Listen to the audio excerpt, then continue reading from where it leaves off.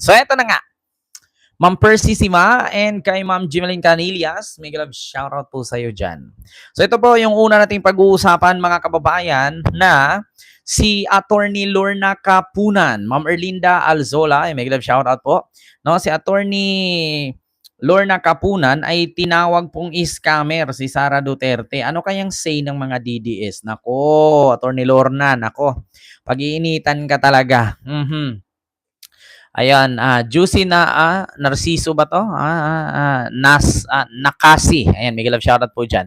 And kay Ma'am Princess Lermon and kay Patty De La Cruz, ayan, may love shoutout po. So, eto na, mga kababayan, no? Puntahan agad natin at pag-uusapan itong sinabi ni Attorney Lorna Kapunan na tinawag niyang scammer. Scammer. Nako, mga kababayan, scammer daw. Scammer. BP Duterte scammer ng taong bayan. O eto, pakinggan natin mga kababayan. Yung sinabi ni Attorney Lorna Kapunan. Ako po, magagalit mga DDS dito, Attorney. Oo, bakit mo kasi tinawag na scammer si Lustay? So ito po mga kababayan. Nasaan na ba yun? Ito. Pakinggan natin ha. Ito po, mga kababayan. Humingi ka sa nanay mo. Mami, bigyan 5,000, bibili ako ng libro. Hindi mo ginamit para sa libro. Ginamit mo, bibili ka ng makeup o ng date ka. Anong tawag doon? Niscam mong nanay mo. Pag paulit-ulit yan. At hindi mo ginamit, ang pera na sinabi mong gagamitin, ang tawag doon, scam. Pero ang ni-scam ngayon, hindi nanay, hindi tayo. Ang ini-scam, taong bayan. Ang worth ng scam na yan ay 612. Kanya miskin natin ang sa record. Gusto ko lang sabihin yun kasi, syempre, para maintindihan natin. Pag in-scam kayo, di ba, masakit ang bakit. Di ba? Pero sa inyo yung comment nyo na... Pero ang binubudol tayo, ang daming mga pangalan. Piatos, Mary Grace Piatos, si Ang Dilim, si Pikit, at marami pang magkakaroon na other names. Pag humingi ka sa nanay mo. Di ba? No, which is totoo naman talaga mga kababayan. Sabi ko nga kanina, kung napanood ninyo yung aking content, matatawa po kayo, no? Meron po kasi akong reels sa Facebook na, 'di ba, kung napapanood niyo yung aking Facebook page, huwag niyo pong kalimutan na bisitahin. Meron po tayong Facebook page na nakalagay, Kent Garcia page, na kung saan ay nasa Singapore po ang aking picture. O nakaganyan ako sa nasa Merlion ako at that time. So ngayon mga kababayan, sabi ko nga doon, sino ba namang hindi magigising at sino ba namang hindi magsabing budol si Sara kung mga kababayan, ito ipapanood ko sa inyo ayan. Sino ba namang hindi mapapasabing budol si Sara kung ito nakita nyo, pakinggan nyo mga kababayan yung aking content sa Facebook, pakinggan nyo. Ito mga kababayan. Hindi oras. Bakit? Basahin ko lang Names on the record. Impeachment trial, Vice President Sara Duterte, yung mga beneficiary ng confidential fund. Maki Mingo, Fernando Timpura, Chiefy McDonald, Gina Colca. Kita mo? Gina Colca. Lucky Tinko. Lucky Otinko. Dudong Bunal, Tining Garcia, Ping Pinocchio, and kay Mikoto Pokiko. Mikoto Pokiko. Sindikato, Gina Hasa. Xiaomi Ucho, Maluwang. Chino pa siya. Kita na, Chino pa siya. J. Kamote, Alan Dico, Adadi. Tumo Wadsya. Di ba? Tumo Wadsya, Ayan may love shoutout Mami Rian and kay Ma'am Rosana Ragudo. Ayan, so nakita nyo naman mga kababayan, sino ba namang hindi masabing scammer si Sara? Kasi bakit? Tignan nyo ito po listahan ng mga nakatanggap ng confidential fund. So ngayon mga kababayan, pinost ko po ito. Ayan, nandito po siya. Listahan po ito mga kababayan sa mga nakatanggap ng confidential fund. Ito po basahin ko yung mga pangalan. Ngayon sabihin nyo sa akin na hindi siya budol. Hindi siya scammer. Maskin ang attorney Lorna Kapunan nagsabi na na-scam ang taong bayan. Chupaeng, hello po. Ellen Pinto, hello po. And kay Ma'am Hanita Camcho, hello po. So ito, una, Miggy Mango. Pangalawa, Fernando Timpura. Fernando Timpura. Bunsor. Ayan. Bunzor. Chiefy McDonald. Kita nyo, Chiefy na nga, McDonald pa. Sir Jero de la Cruz, silo po. At saka, Gina Colca. No, kita mo, Gina Colca. Saan ka nakakita ng Gina? Tapos apelido, Colca. O, Gina Colca. First honor, Gina Colca. Di? Diba? PBB ng malakas. Eagle of shoutout sa'yo dyan. Diba? Kung totoong pangalan nito, anong sasabihin? Gina, Colca. First honor. Di putang ina. Diba? Sino namang magulang na gawa ng pangalan nito? Ang pangalan, Gina Colca. Diba, mga kababayan? Ito pa yung sunod. Lucky Otinko. Diba? Kita nyo yan, Ma'am Lovely Buon, Mamirian sa Sukilo. Kita nyo, Lucky Otinko. Yun lang nilagay, Lucky Otinko. Ang pangalan, pakita natin, Lucky, Lucky Utinko. Lucky daw utin niya. Saan ka nakapanghalap ng pangalan na ang pangalan Lucky, tapos yung apelyido Tinko. Lucky Utinko. Tapos Dodong Bunal. Kita mo yan. Alam nyo, yung gumawa nitong pangalan nito, manyak, malibog. Yung gumawa na resibo na to, malibog. Bakit? Biruin nyo, Lucky Utinko.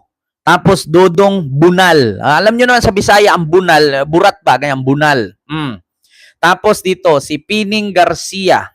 Kasali pa yung Garcia. Rip Pinyuko. Rip Pinyuko. Tapos Mikoto Pokiko. Kita niya, saan ka nakakita? Confidential fund. Ang tumanggap, Mikoto Pokiko. Meron din Japanese. Maniwala pa ako may Chinese. Pero bihira lang ang Japanese dito sa Pilipinas. Kasi, ito mga kababayan, dito palang tinatrantado na tayo ni Sara Duterte. Bakit? Sa Pilipinas, bihira lang may Japanese na nanirahan. Kasi, ang batas kasi sa Japan, mga kababayan, kung halimbawa ang tatay mo Hapon, no? Pag meron kang dokumento at patunay na Hapon ka, kukunin ka ng Japan. Marami ako may pinsan akong half Japanese nabuntis yung nanay niya sa isang Hapon. Kinuha siya. Hindi tatay niya ang kumuha, ang government ng Japan. Kaya bihira lang na may ganito na makatanggap ng confidential fund, Mikoto Pokiko. Saan ka nakakita na Mikoto Poki niya tumanggap? Mintik Lacheka, hello po. Diba? Puro hoten pala mga yan. Diba? Ito pa. Sindikato. Sindikato. Kita nyo yan? Saan ka nakakita ng pangalan? Sindikat. Tapos apelyido O. Sindikato. Sa sunod, Gina Hasa. Saan ka nakakita niyan? Titarantado talaga tayo. Binudol at iniskam tayo ni Sara Duterte. Kaya tama ang sabi ni Attorney Lorna Kapunan. Biruin mo Gina Hasa. Sige nga, pangalanan mo yung anak mo Gina, apelyido mo Hasa. Hindi ka ba natatakot bulihin ka araw-araw ng kaklase mo? Si Gina Hasa, Gina Hasa, Gina Hasa, Gina Hasa. Papasok ka pa sa school? Ang pangalan mo Gina Hasa. Pangalawa, Xiaomi 8. 8 apelyido mo, tapos pangalan mo Xiaomi? Baka sabihin ng classmate mo, wow, mayaman to, bakit? May-ari ng Xiaomi. Pangalawa, Malo. Ang apelyido, Huang. Para din yung pamilyang Aswang. Parang siguro nanood to ng palabas ni Pokwang. Naalala nyo yung palabas ni Pokwang na si Malu, tapos Wang, yung isa si Bo, Wang, yung isa si Ba, Wang. Diba? Naalala nyo yung pamilyang Aswang? Kaya ang pangalan Malo Wang. Tragis talaga to si Sara. Ito pa isa, Chino. Ang pangalan Chino. Pero ang apelyido Pasha. Pag idugtong mo, first honorable mention, Chino Pasha. Chino Pasha. Yeah?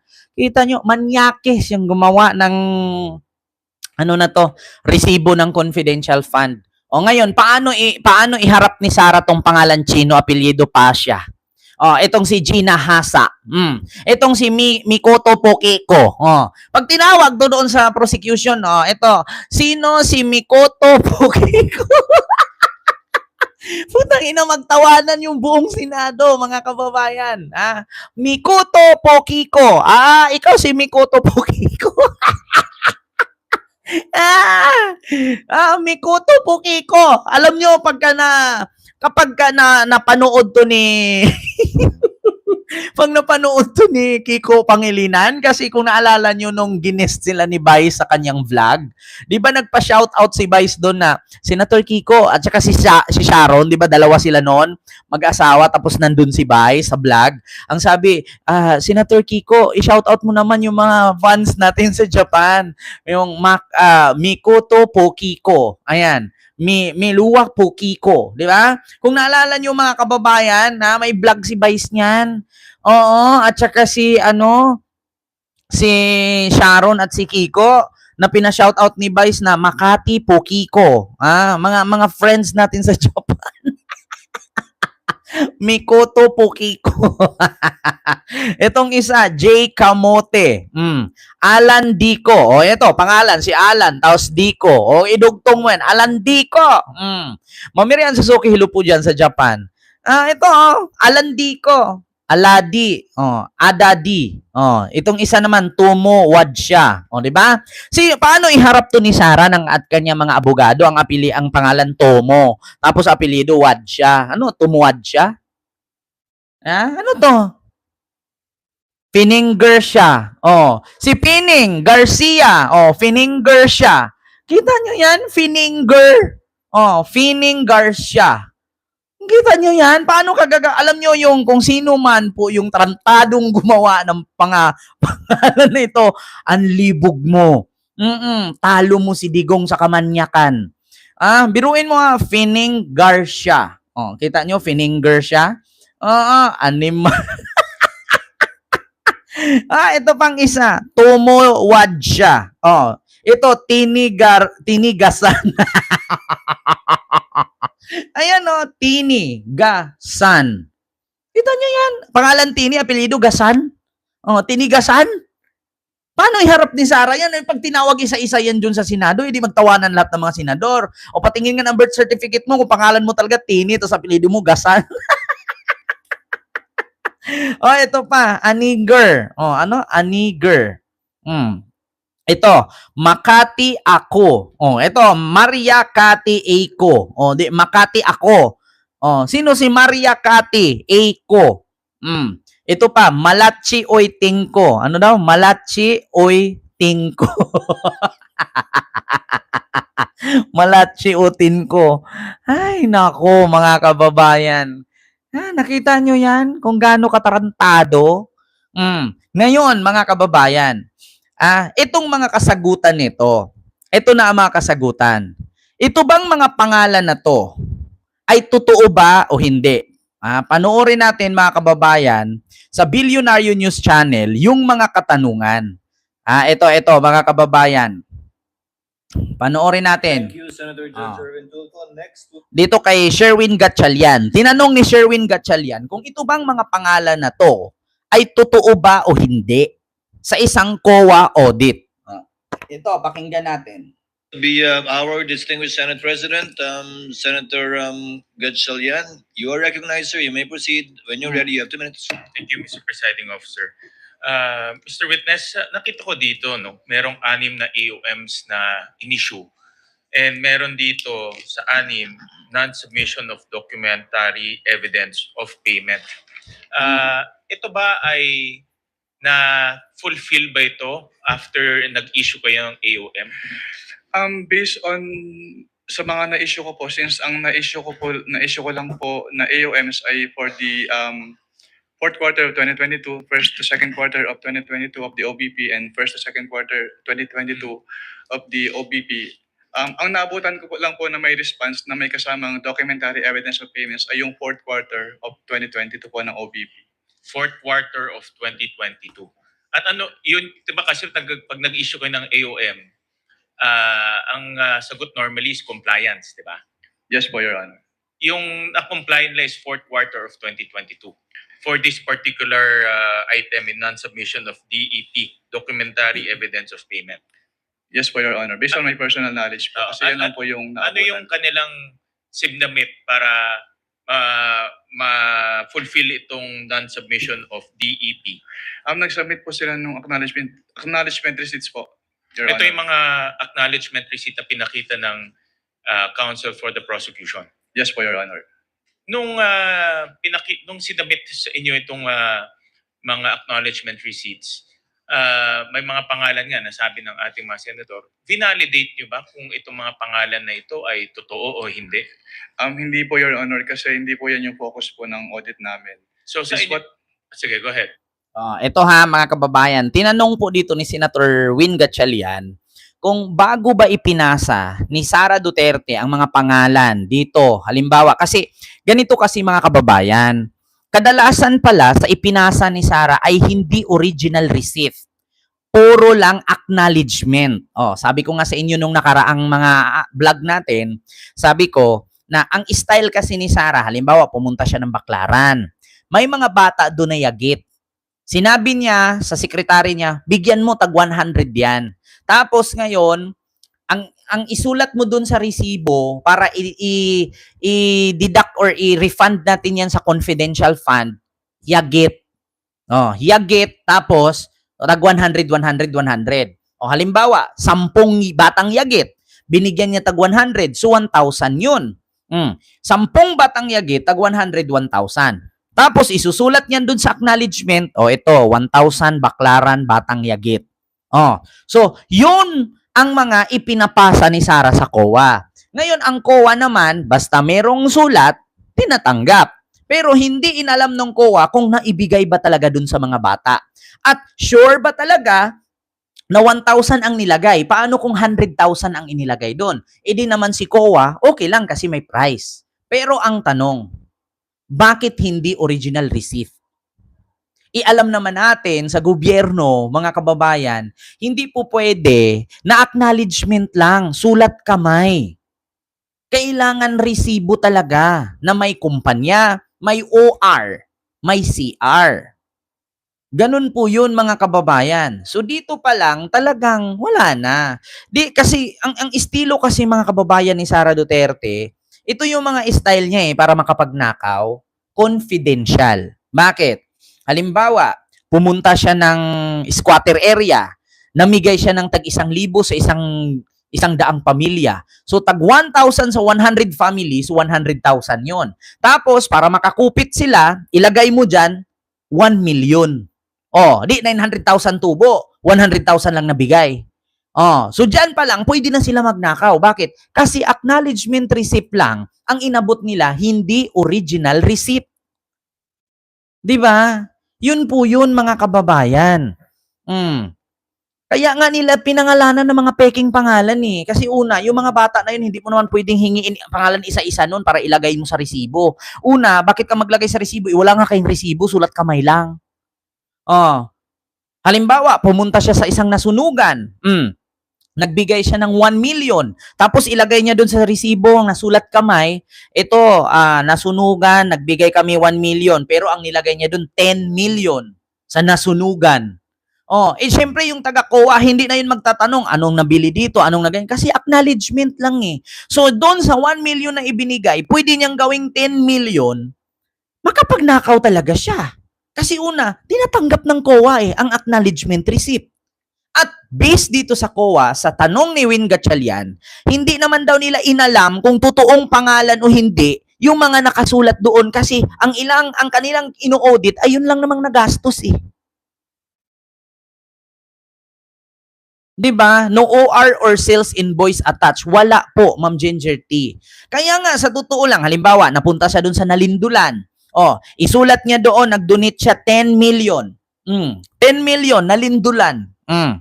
Sinulat, ganon. Pero, paano kung ang binigay niya doon ay, ano lang pala yun, 5 million lang. Di tumubo pa siya ng another 5 million. 'Di ba? Kaya yun, mga kababayan, AR lang, acknowledgement receipt lang lahat.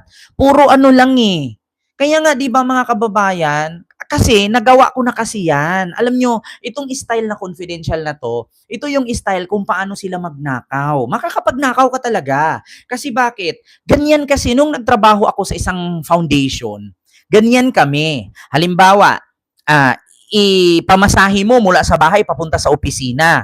O, sabihin mo 30 lang. Pwede mong gawing 80 yun eh. Kasi wala eh, acknowledgement lang eh. I-attach mo lang doon, i-deduct lang ng HR yun. Oh, kasi nung nagtrabaho ako sa isang foundation, libre ang pamasahe at pagkain namin.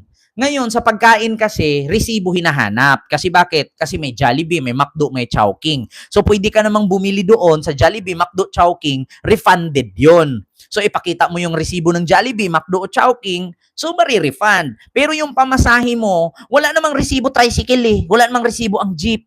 Maliban na lang yung electric jeep, may resibo talaga, pati bus. Eh, bakit ka magbabas? Bakit ka mag-electric jeep? Eh, tricycle lang naman ang nasa amin kasi probinsya nga yun. O di kaya habal-habal. Eh, wala namang resibo ang habal-habal. Oh, so imbis na 30 lang pamasahe mo, pwede mong gawing 80. Eh, di nakapagnakaw ka pa 50. Oh, ganyan ang estilo dito sa confidential fund ni Sarah. Oh, continue. This what we do po is compliance audit. So ang naging focus po namin ay yung expenses po na based on the face of the acknowledgement receipts as well as yung date kung kailan binayad as well as yung amount po. Since binavalidate po namin siya based on the requirements of the Joint Circular 2015-01. Binavalidate niyo ba kung yung pangalan ay totoong tao o hindi? Hindi na po kasi hindi po yun yung focus ng audit po namin, Your Honor. Nasabi diba? mo rin kanina sa sagot mo na neither allowed or disallowed. Tama? Neither allowed nor prohibited po. Or prohibited ang paggamit ng alias. Chupaeng, hayaan mo yung mga DDS dyan, mga bobo yan sila. Oh, kasi pag sinabi nating budol, magnanakaw, scammer, sila lang yan eh. Di ba? Oh, alam nyo. Di ba? Anong sabi ng COA? Hindi na po namin inalam kung ang nilagay nila sa resibo doon or acknowledgement receipt ay totoong tao or alias. Kasi ang sa amin lang naman, yung nagastos at yung date. Yun lang naman ang nasa amin sa circular.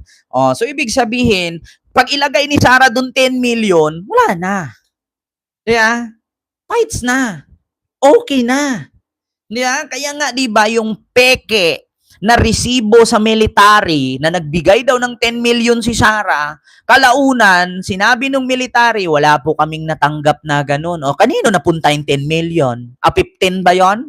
O, ito yun, ito yung, kaya ganito ang mangyari, mga kababayan. Ngayon, nagigets nyo na. Kaya ganito po ang mangyayari. Ayan na, i-search ko lang, mga kababayan. Eto ha. Sa manong ginamitan noon ng confidential funds ng DepEd sa ilalim ni VP Sara Duterte ang isang Youth Leadership Summit ng AFP. Yan ay matapos linawin ng Philippine Army na wala sila nakuha ang pondo mula sa DepEd. Nasa frontline ng balitang yan, Marian Enriquez.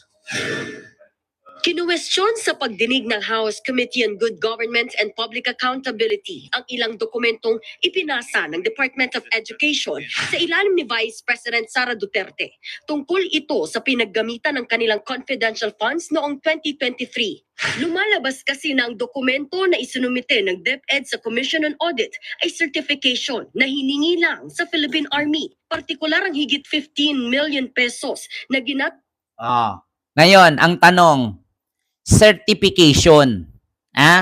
Tinanggap ng COA. Kasi 15 million eh. May certification galing sa Philippine Army. So, tinanggap ng COA, pasado. Okay. Ngayon, nabisto. Bakit?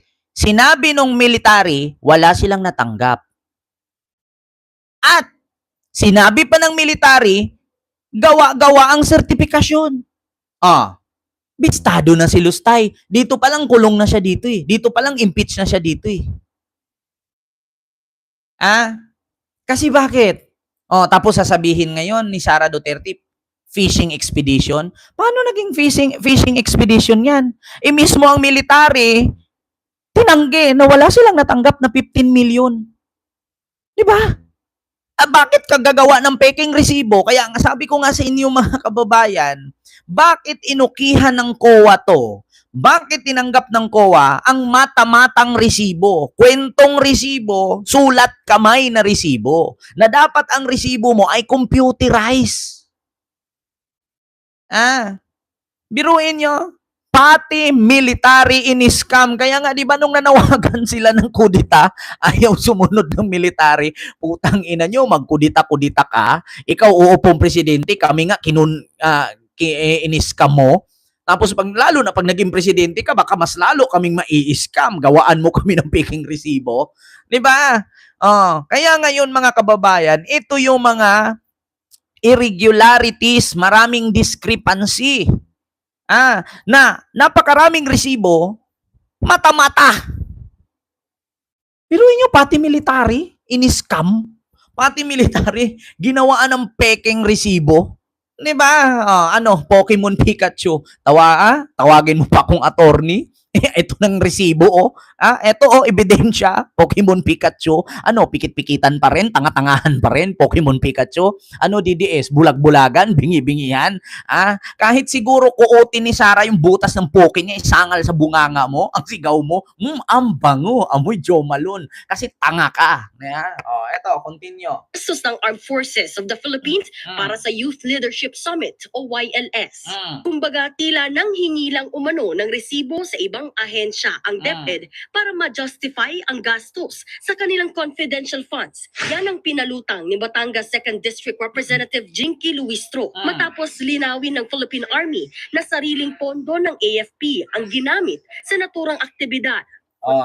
Ngayon, bakit hindi mag-file ng kaso si Sarah dyan kung sinisiraan siya? Bakit siya magpa-file ng kaso? Kung mag-file siya ng kaso at nalaman lalo ng EFE na wala silang natanggap at ginawaan. Take note, mga kababayan, baka hindi lang isang beses niyang ginawa yan. Baka hindi lang, mga kababayan, isang beses ginawa ni Sarah yan. Baka hindi lang military o Philippine military ang nabiktima niya, baka sa PNP. Baka sa PNP nagawa niya rin yan. Baka sa mga ahensya sa gobyerno. Take note, Kung nagawa niya yan sa military, ano pa sa ibang ahensya? Diba? Ngayon, kung gawa-gawa ni Luistro yan, ba't hindi niya kasuhan si Luistro? Kung gawa-gawa ng military yan, bakit hindi nila puntahan ang military? Diba? 48 YLS Yes, that Mr. were Chair. conducted. You use the fund of the Philippine Army.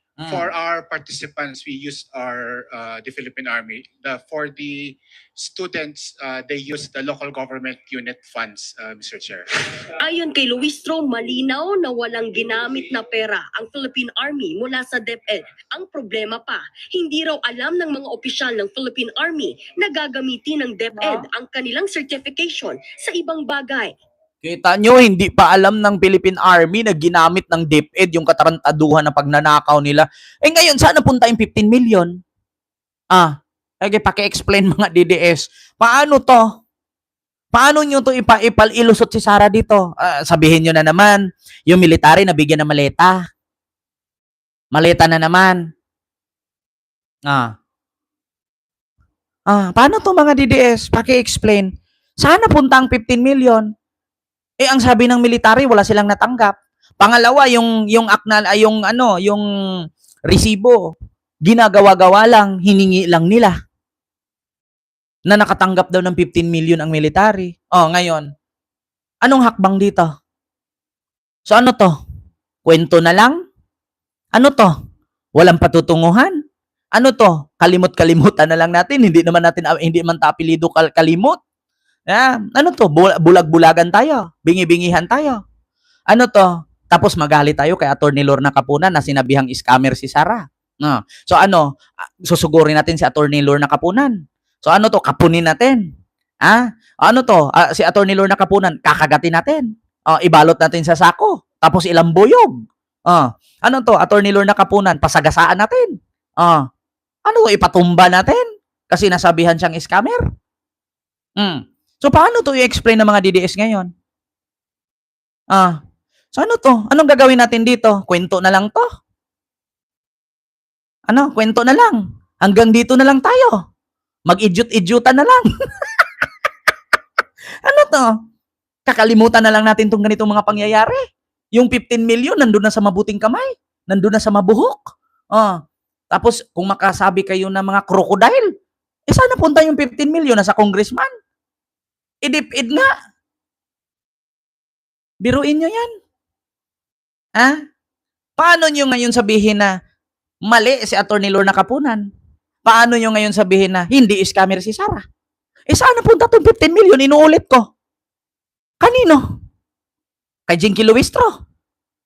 Ano? Nasa military, pinaghatian nila? Ang sabi nga ng military, hindi nga nila alam na may ganyan pala.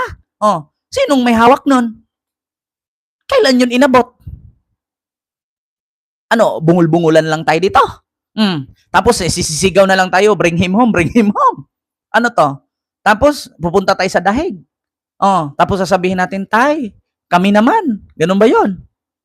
Limot-limutan na lang natin kasi may 32 million. Oh, tapos yung 15 million na yan, sasabihin na lang natin, barya lang yan. Kaysa sa nanakaw sa flood control.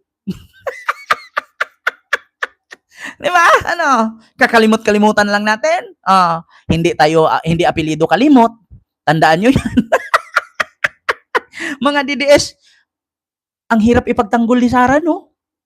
Sa totoo lang. Ito o resibo. Kung ikaw DDS, paano mo ilusot si Sara dito? Pekeng resibo, 15 million inabot. Ang sabi ng military, walang natanggap. Ang sabi ng military, peke ang resibo nila.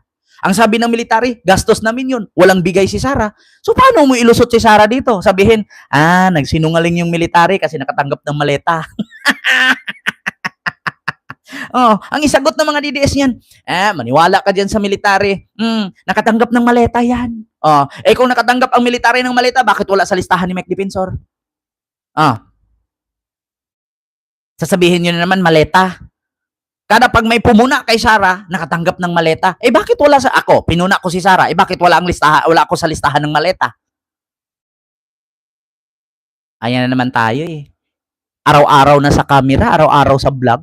Ang kapal ng mukha. Diba? Magpa-interview tas hindi alam ang factsili ka. Pero yung resibo, nagawaan mo ng resibo yung military. 15 million, wala namang natanggap. Ano to mga DDS? Paano nyo to i-explain? Real talk no, ang hirap ipagtanggol no. Kung ikaw DDS vlogger, paano mo ipagtanggol si Sara dito? Sasabihin mo, kalimut-kalimutan kasi nakatanggap ng maleta. Loso.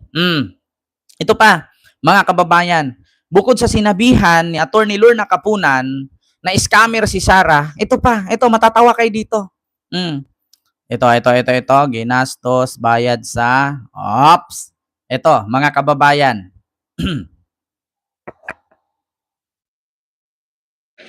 In any event, Your Honor, give me some leeway here. This is the last question before we break up for lunch. And considering... Wait lang. Ito yan. Ito ha, pakinggan ninyo. Akong tatanungin, scam ito. Move to strike. No further Move to questions. strike. That is out of order. If an accountable officer, pag hindi na-explain ng isang accountable officer ang paggamit ng public funds, kagaya ng confidential funds, meron tinatawag na prima facie evidence. Ano ang tawag na? Presumption? Presumption. Presumption ng ano? Under 8.3 po, presumption na yung fund po ay na-convert into personal use or benefit. Presumption na na-convert for personal use or benefit? Applicable dito sa sinabi mo. Conclusion of law, Your Honor. Calls for conclusion. Your Honor, that is... Your Honor, all these matters are pending. Sustained. Your Honor, please, ang tawag ko lang doon, hindi prima facie evidence. Kung akong tatanungin, scam ito. Move to strike. No Your further Honor. Move to questions. strike. That is out of order. O di ba?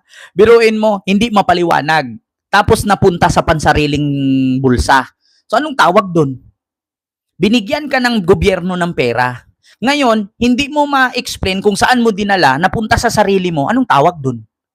Ang pera sa gobyerno, maskin 50 centavos dyan, binibilang. Ngayon, bakit hindi may pakita ni Sara kung sino ang inabutan, anong nabili, asan resibo? Ang tawag doon is scam. Di ba? Ganun yun eh. Ay, Diyos ko.